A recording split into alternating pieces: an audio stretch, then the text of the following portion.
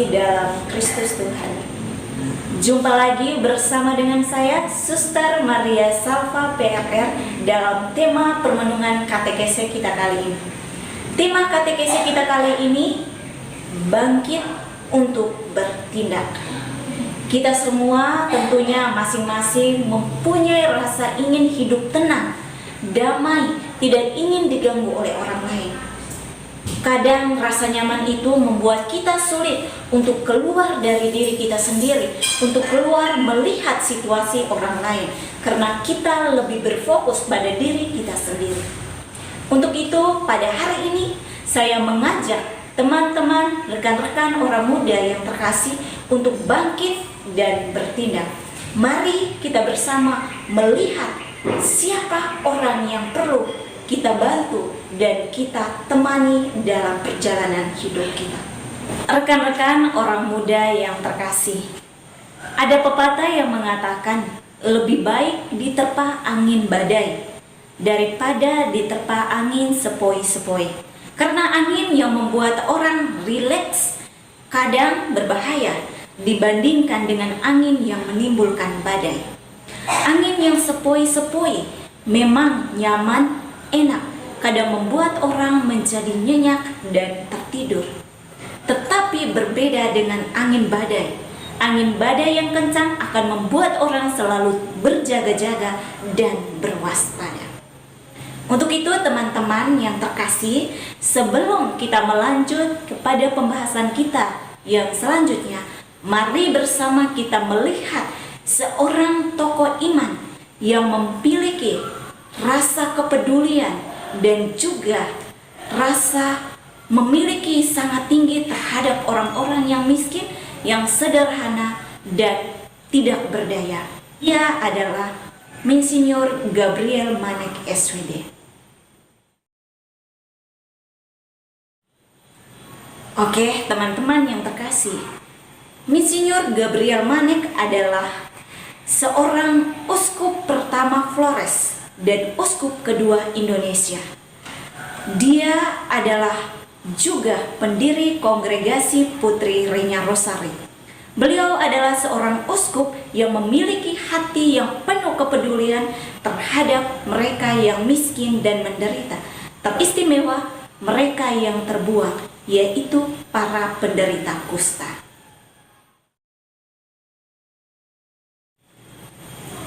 Teman-teman, setelah kita melihat dan mengenal siapa itu Monsinyur Gabriel Manek, mari bersama kita lihat apa sih yang telah ia lakukan selama masa hidupnya.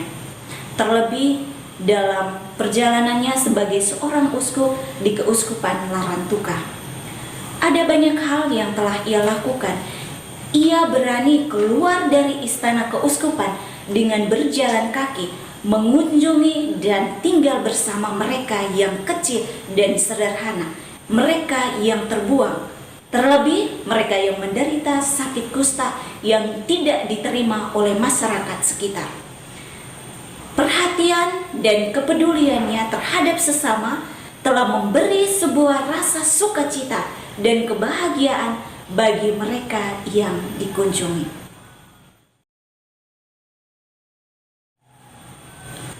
Tentu, semangat dan kepedulian Monsinyur Gabriel Manek masih terus dijalankan sampai saat ini. Kepedulian Monsinyur Gabriel Manek diteruskan dan dilakukan oleh para suster PRR.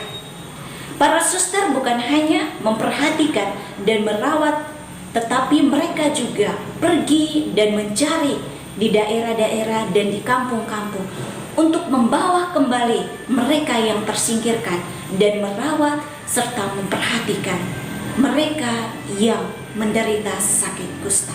Untuk mengenal lebih jauh apa saja yang dilakukan oleh para suster PRR, mari kita melihat cuplikan video singkat yang mengisahkan tentang perjalanan para suster PRR dalam merawat dan mendampingi para penderita kusta.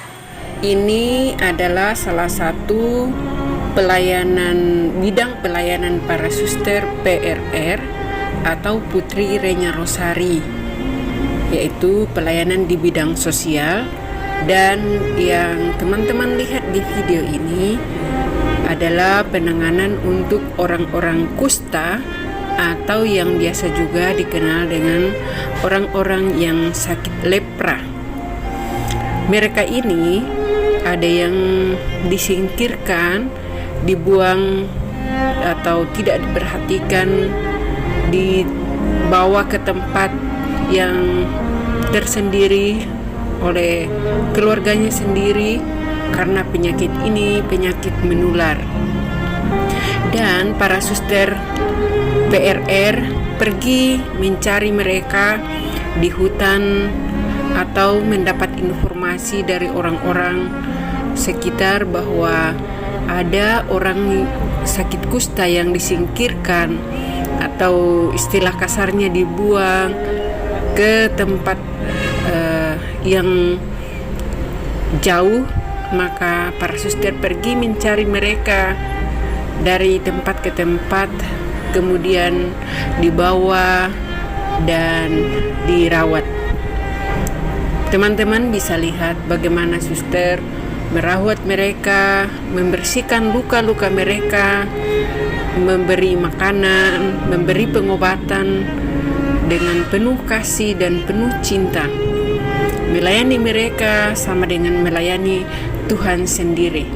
Di dalam diri mereka lah Tuhan menampakkan diri dan membutuhkan pelayanan dan belas kasih dari kita. Teman-teman yang biasanya mendapatkan kalender yang dijual oleh para suster PRR, salah satunya untuk membantu biaya pengobatan dan juga biaya hidup mereka. Nah, teman-teman, kita melayani mereka sama dengan melayani Tuhan. Ini adalah salah satu pelayanan karya sosial para suster Putri Renya Rosari yang ada di Naop NTT di timur. Orang muda yang terkasih dalam Kristus Tuhan, bagaimana dengan pengalaman kita masing-masing? Apakah kita juga berani untuk bangkit dan bertindak, mengambil bagian untuk memberikan kebahagiaan kepada orang lain?